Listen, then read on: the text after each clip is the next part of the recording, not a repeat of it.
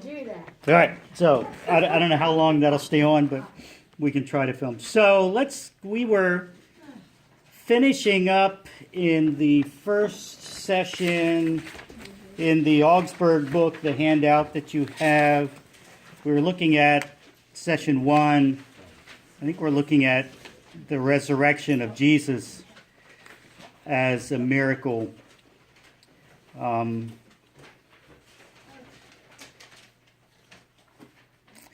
So we should probably read the same. Well, we just had Easter, so you heard the resurrection story. But the Bible does list, well, we know that there are numerous miraculous, the miracles of bringing people back from death. We had recently the story of Tabitha, and that was Peter. Of course, the widow of Nain's son that Jesus brought back from the dead. Lazarus, of course. The daughter of Jairus, the centurion. So we have a number of examples. But I guess we should read because there's a particular question about the resurrection of Jesus. So does somebody want to read Mark 16, 1-8?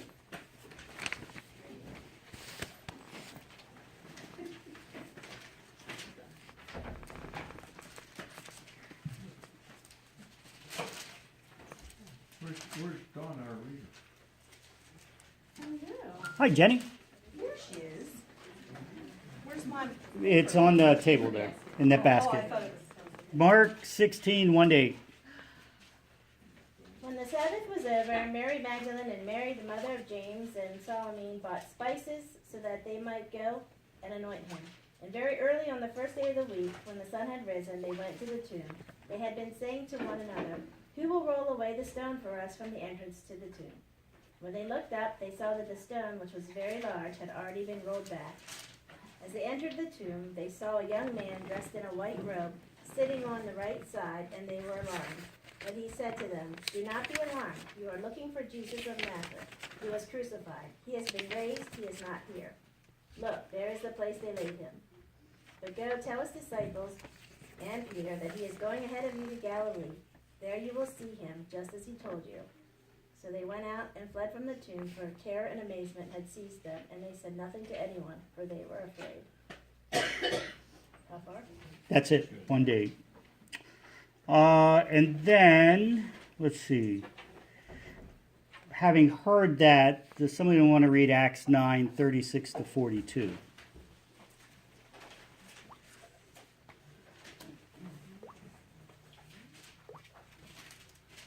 Acts what? 9, 36 to 42. Can I read that one? Yeah. In Joppa there was a disciple named Tabitha. In Greek her name is Dorcas. She was always doing good and helping the poor. About that time she became sick and died, and her body was washed and placed in an upstairs room. Lydda was near Joppa, so when the disciples heard that Peter was in Lydda, they sent 2 men to him and urged him, "Please, come at once." Peter went with them, and when he arrived, he was taken upstairs to the room. All the widows stood around him, crying and showing him the robes and other clothing that Dorcas had made while she was still with them. Peter sent them all out of the room, then got down on his knees and prayed. Turning toward the dead woman, he said, "Tabitha, get up." She opened her eyes, and seeing Peter, she sat up. He took her by the hand and helped her to her feet. Then he called for the believers, especially the widows, and presented her to them alive. This became known all over Joppa, and many people believed in the Lord.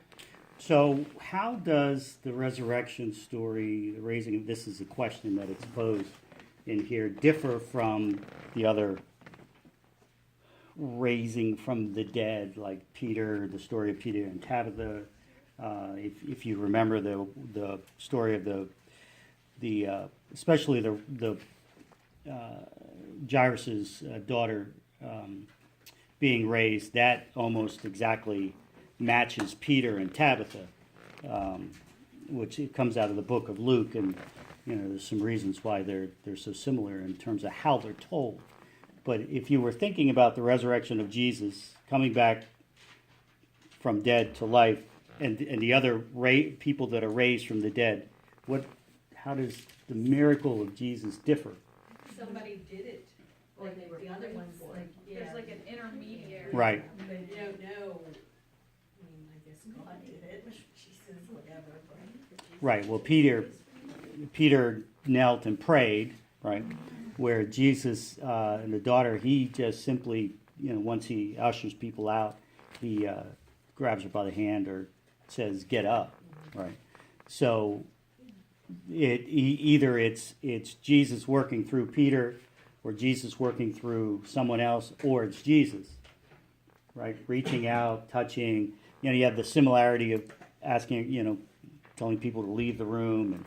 But here in the resurrection of Jesus, we don't have any eyewitnesses to the event except post-resurrection, right? You have the women at the tomb. You have the disciples in the upper room. You have the walk on the way to Emmaus. So that's one particular difference. Is there anything else that? Was anybody, it's dumb, but was anybody actually saying, please rise from the dead, Jesus? Were they praying for that? Or were they just praying, like these people were being prayed for to, right? That's a great I don't know. That's a great question. They were obviously grieving the loss of, but there's no accounts of people praying for Jesus to come back to life.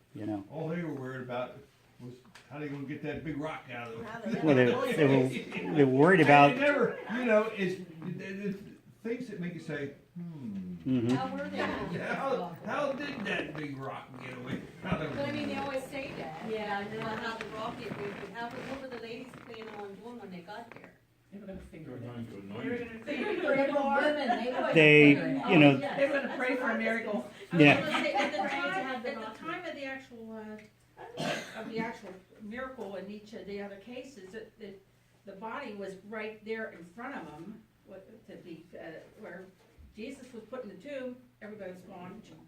There was no, Right. there was no body there for them to see, get Right. up and move. Yep. He appeared to them later. Right. In each of these other cases, the body was Right. right there. Exactly. This is supernatural, really. Right. This is, somebody. The skeptics would say, an extraordinary miracle needs extraordinary evidence. Carl Sagan would say something like that, right? He's a famous atheist. So what proof do we have? Besides the eyewitness accounts. I mean, we have the four Gospels. We have people who say that they witnessed seeing Jesus, right, in their writings, the disciples. What physical evidence do we... I know of some purported physical evidence, like the Shroud of Turin, right? There's also somebody claims to have one of the head wrappings of Jesus, the Catholic Church. Well, what's that the proof of? I mean, that's not the proof of that. Well, That's like, I mean, it might be Jesus, The it might prove that he was dead and he was wrapped up in that stuff. Right. The only way for the image to be imprinted on the cloth would be some kind of either supernatural event Oh, I see. that would imprint the image, or there was some other if it's a fraud, there's some other technique that they were able to, if it's an 11th century fraud, somebody developed a technique that you do something, you leave it in the sun, and it makes it look as if there was an image imprinted on it. You must have watched that on the History Channel. They had a whole thing on the Shroud. Yeah. Yes, they did. Oh, Yeah, I didn't come up with that myself. Sorry. I'd like to. Did you watch the one on the Ark? No. Yeah, I saw No. that one. No. That one was good. I they replaying? That would be interesting. It's been on twice. Has it been, oh, Oh, Everyone let's knows see. yeah. Hulu it if you counted it. Well, let's see, it goes down to number 2. No, yeah. The Bible tells about people who left this life in unusual ways. Can you name 2 people who left Somebody the took off in a chariot, didn't they? Forget who it was. Elijah, right, in the fire chariot? Who's the other one? There are 3 people who have left this earth in an odd way. Jesus, right? Elijah. Who's the third one? Moses kind of disappeared. Yeah, Moses. It does sort of. Down, I guess. It does sort of suggest that God took Moses, depending on the translation that you read. But that's not one of the 3. That's good though. That's a good pull. There's that really brief. It's probably Genesis 5:21 to 24. Enoch. Yeah. Enoch is the other one, right? So those are the people. And yet a difference between those where there probably were eyewitness account. I mean, people saw the chariot going up into the heavens. The disciples watched Jesus' feet disappear into the clouds, right? And Enoch, I think we get the impression it just says that God took him. So He obviously, walked with God, so I'm assuming since people could see it these days, they saw him walk. bless away. you. I think he was kind of assumed like the ascension of Jesus. So, point number 3 in the resurrection of Jesus. If somebody would like to read Ephesians 1:19 to 23.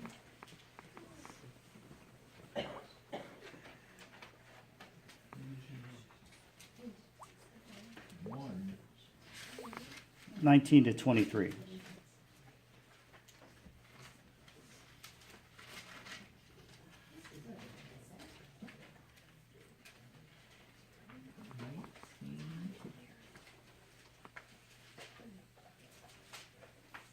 You say Ephesians 1:19. To 23. It starts halfway through a sentence, so unless yours might be different. I pray that you will begin to understand how incredibly great his power is to help those who believe in him. It is that same mighty power that raised Christ from the dead and seated him in the place of honor at God's right hand in heaven, far, far above any other king or ruler or dictator or leader.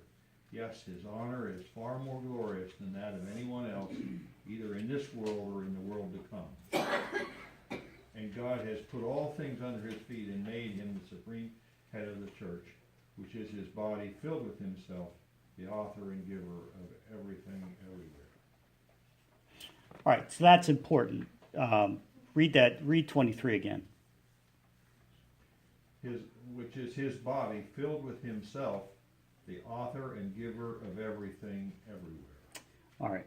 So if you follow along in number 3 under the resurrection of Jesus on your handout, we're asked to believe that the incarnation, the birth of Jesus, and the resurrection of Jesus are the whole point of history, which is what he's saying in Ephesians. Without his life and death, nothing in the course or plot of history makes sense.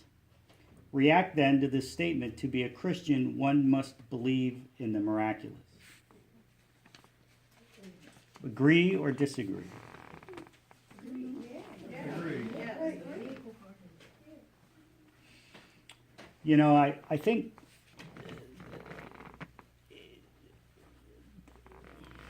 we know Christians who are skeptics, right? Can you think of someone who just says, a lot of this is just too hard for me to... Everybody's pointing at Let me focus my camera in on... Don't call them skeptics. Don't call them skeptics, really. Because if you're saying you know a lot of Christians who are skeptics, that's an oxymoron. If All right, you're a doubters. Christian, then a Christian, they believe in Christ. questioner. Question. Does that sit better? Yeah. Okay. Yeah. Can you still believe in, like, the miracles in the Bible, but not believe in modern miracles? Well, I think that's kind of what that's one of those questions we're seeking to answer, or to get some better insight. I think, I think in some ways we accept, and I'm just talking from my perspective now, we read these stories in the Bible, and we read and we hear the story of Jairus and his daughter and Lazarus, and they go to great lengths to point out, especially in Lazarus, the sister says he's been in there 4 days, right? He stinks, to make the point that he's dead. And then we read about how they're brought back to life. So we hear these stories, and we've heard them all our life, and we think, yeah, right? It's there. It's in the Bible. We believe it. It happened. We don't know how. So why wouldn't there be miracles now? I mean, if there were miracles then, why not now? Because how many prophets are walking around right now? I mean, Jesus may have been the author of those miracles, but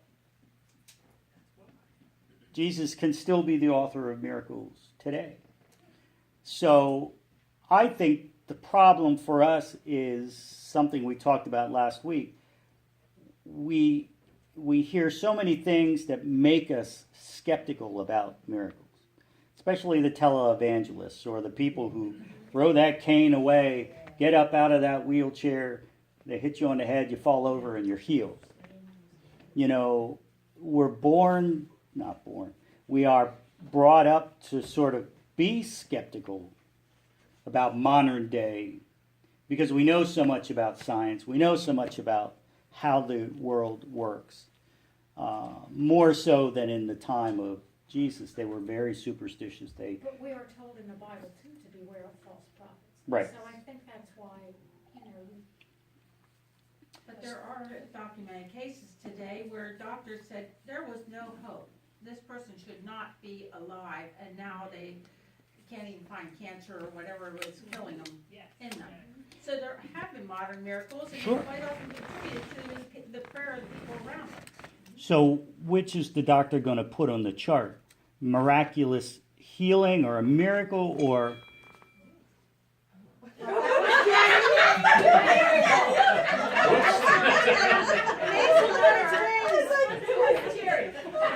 My time's up. I can't. Would he chart that as miracle, or would he chart it as cause unknown? Cause unknown problem. There again, I think some professionals want to stay as far away from talking about the miraculous as they can. A lot of doctors, though, depend. I know. I think there are more doctors. Write that in the chart. Has anybody ever had a doctor pray with them before their surgery? I've heard of a few cases where a doctor has said, "Do you want to pray before?" What was your conversation? I didn't have him pray for me, but, when I had my ear surgery, I commented to the doctor that, okay, if I have to have that, I'm leaving it in his hands and God's. And he said, I talk to God all the time. Uh-huh. So I'm thinking, I said, that's the right answer. Yep. Yep. This is a little bit different, but I went through 10 years of going through general examination, which everybody knows me, I've been honest with them, to get pregnant with Tabitha. I finally went to the doctor, I said, I don't know if this is going to happen. I said, I think God doesn't want me to have this baby. And he said, why don't you put it into God's hands? I said, okay, God, it's in your hands now, and that month I got pregnant. I quit trying to say it was my decision. I said, God, if I'm supposed to have a baby, you're going to let me get pregnant. And I got pregnant that very month. And it took till I actually turned to God and said, it's your decision, not mine, before I got pregnant. And I have a beautiful daughter to show for it. But I feel that it was my turning it over to him that caused me to finally get over the infertility I had. Let's talk about that. Before we begin session 2, I want to just talk about some things that I read in the book, Miracles Are for Real. And if you have that and you want to follow along, it's page 31. I don't know if anybody downloaded it on their Kindle, but so here's a scale of the inexplicable from great to greater to greatest, right? So the first one is the simple answered prayer. A little girl's dog runs away. The dog's gone for 3 days. She's praying that her dog is found, and suddenly she hears him barking at the front door. Is it a miracle? Is it an answer to prayer? Or did the dog get hungry and? Or did the dog get hungry and find its way back? Or the dog, the people moved 2,000 miles away and the dog's lost, and 10 weeks later, 12 weeks later, there's the dog. I mean, that's the simple answered prayer, right? That's may not be a miracle, but we could use the word miraculous or answer to prayer, right? Okay, so you can make notes if you want. This is why I told you to bring paper and pencil. The complex answered prayer.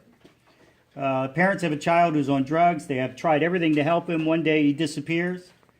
He packed a bag. He isn't heard from for weeks. His parents use Facebook to get his name out there, asking for prayers. And he's found in a rescue mission 400 miles away. The way that he was found is somebody from the rescue mission happened to read somebody else's, had forwarded it, on Facebook, saw his name, remembered it, contacted the family. Miracle, answer to prayer. I mean, there's sort of the kind of, in this day and age with social media, things can really get out there and spread. But, to be found hundreds of miles away, but the way that it's pieced together, right? Is that a synchronicity? Is that a miracle? Is that a complex answered prayer, right? The coincidence. You're out of work, your bank account's running towards zero, you've submitted numerous applications without any response. Then out of the blue, someone calls about a job. They got your name from a source. The source is this. That person has a sister who overheard you talking about your job search one day at one of your kids' baseball games. The sister knew enough about you to pass along your name, right? So kind of right place, right time miracle, the coincidence. Anybody experience anything like that? Where you just, like out of the blue, a check appears in your mail and you're like, you needed some money and all of a sudden just something you just didn't expect? Right? Ed? I have one that to this day is a miracle. That's what we're talking about, man. And it gives me chills up and down my spine to tell it, but okay, I was giving a driving lesson to a lady she's probably in her 50s. 4:30 in the afternoon. We're coming down Front Street, approaching the intersection of Front and Walnut. We're in the right lane, 3 lanes there, we're right lane. Truck stopped in front of us, and we're approaching. I said, "You want to begin the break?" She said, "The scariest thing ever. I am." And I hit my brake on my side, no brake. Okay? So I quick looked over my shoulder, the middle lane was open. Okay? And I shot her over to the middle lane, and that time of day, 4:30, there are usually a dozen people in the crosswalk. There's one guy in the crosswalk. And as I approached, I hit the horn, and he and dove out of the way. And we shot into the intersection, and I got her over the curb in front of the library. And and that poor guy that jumped out of the way was sitting on the curb across the street like this. Now, you can say that's luck, but I feel God was with me. Oh, well, I mean, especially that time of day. Anybody I tell it to, I say it was a miracle. to have no traffic beside you, first of all, and then Yeah, you or- said like, There's one in the right lane, one in the left lane, but no one in the middle. lane. Right. And one person in crosswalk when usually is a dozen that time of day.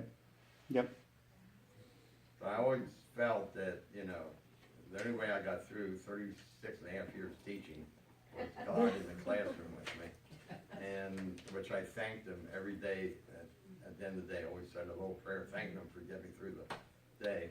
And particularly teaching driving, he's gotta be in that backseat with me. well, I think nobody prays like a driver's instructor, when someone else is at the wheel that you're teaching them how to drive.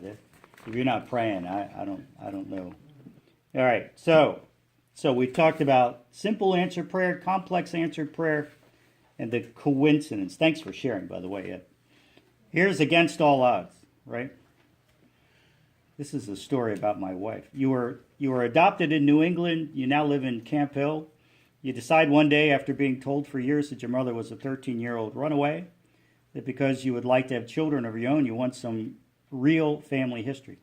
You contact the officials at your birth state where you were adopted, and they give you the only records they have. And once you receive them, you discover that they've been blacked out in all of the places that would give you any identifying information.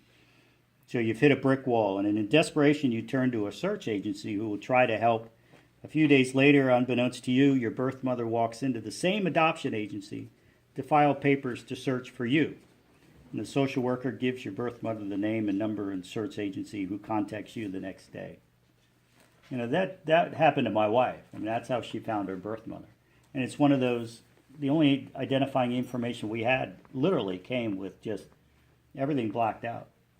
Yeah, because she gave her up for adoption, Right. right? So that is records get, you know. I think like she had the first letter of her last name. And just, you know, I shake my head to this day. I have no idea. Except, you know, that's kind of the against all odds. And then the last one is the miracle.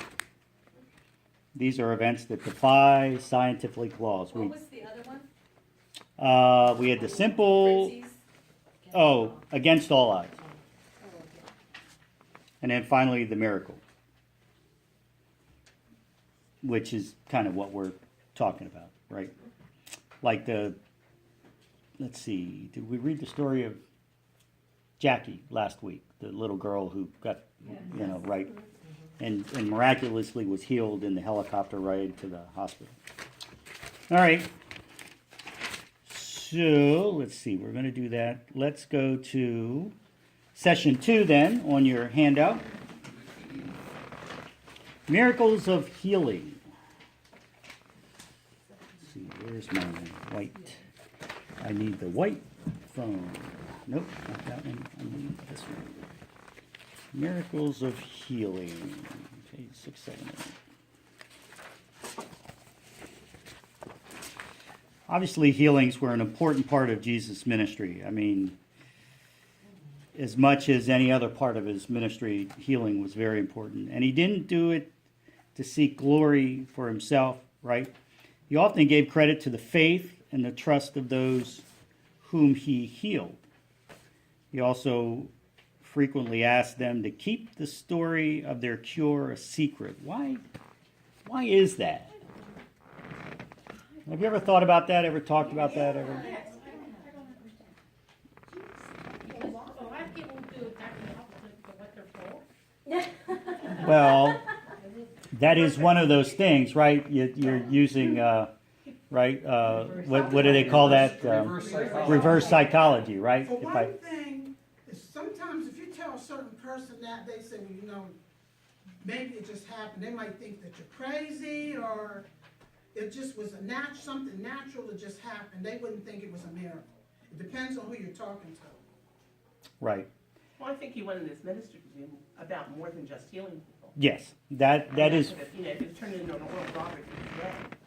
There were many miracle workers, many people, charlatans in Jesus' day, who were miracle men, and Jesus didn't want to be known as just a miracle man. There was a lot more to his ministry than just. But so usually,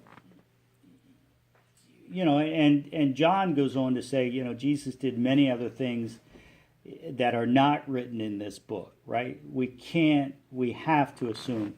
John's is the only one that gives us any sense that 3 years go by, right? We only have a snapshot of the teachings, the ministry, the sayings of what Jesus did. We have to imagine there would have been so much more. And, you know, there's that movie that's out now, or is coming out now, that deals with the Jesus from 9 to 30, or 12 to 30. Have you seen? No. I think there's a movie coming out that deals with Jesus as a boy. Oh, it's been out. Okay. So, you know, we have all of those. You know, some people feel he went to India for some period of time during those years. I mean, there are stories and told that have been passed down of Jesus' presence in different areas during those years before he appears. You know, he is 30 when he appears. So. Did you really come up with that from like other religious books from India or something? Or no? Right, there are other sources that speak to. I Yeah. think they just look in the Vatican archives, don't they? Because I truly believe that the Vatican knows a whole lot more than they tell us, and they only let the world see what they feel like allowing the world to see. I've always been totally convinced of that. Well, and there are also other books, you know, people who have visions and they write books about different parts of his ministry or things about Jesus. I mean, a lot of what was used for what was the Mel Gibson movie, the Passion of Christ, right? Came from a particular book that a nun wrote who had visions about things. So, you know, there are biblical sources, there are non-biblical sources, there are different sources about Jesus, about those years. It's a matter of what we want to believe and what we want to read, and you know, it's kind of like having the Gospel of Thomas, or the Gospel of Judas Iscariot, right, where you get a completely different viewpoint, and you kind of get it from Judas's viewpoint, or the Gospel of Thomas, that, you know, again, a different perspective. And those are non-canonical. Those are apocryphal. Apocryphal? No, not the Apocrypha. These would be pseudepigrapha. Anyway, different sources that we have to. They're important, obviously, but it wasn't felt that they were important enough to put in the Bible. But oftentimes, when there is a miracle, if it's a miracle that happens today or a miracle that Jesus did, you know, perhaps it was